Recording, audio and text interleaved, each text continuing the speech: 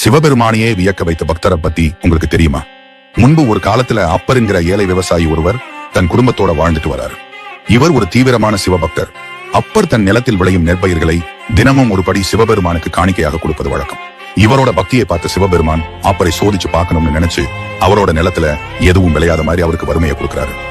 இதனால அப்பருடைய நிலத்துல விளைச்சல் குறையுது. ஆனாலும் அப்பர் அந்த ஒரு படி நெல் சிவனுக்கு கொடுக்கறத நிறுத்தல. இப்படியே நாட்கள் போக அப்பருடைய குடும்பம் வறுமையில வாடுது.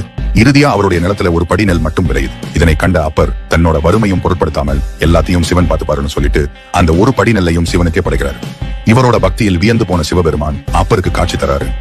சிவனை நேரில் கண்டதும் அப்பர் கண்களில் நீரோட காலில் விழுந்து வணங்குவாரு. அப்போ சிவபெருமான் அப்பர் கிட்ட சொல்லுவாரு, உனக்கு துயரம் நேரும் போது உன்னுடன் யாரும் இல்லை என கலங்காதே. உனக்காக ஏதோ ஒரு உருவில் நான் உன்னுடனே இருப்பேன் என கூறி அப்பருக்கு முக்தியும் கொடுக்கிறாரு. உங்களுக்கு சிவன் பிடிக்கும்னா கமெண்ட்ல சிவ சிவ சொல்லுங்க.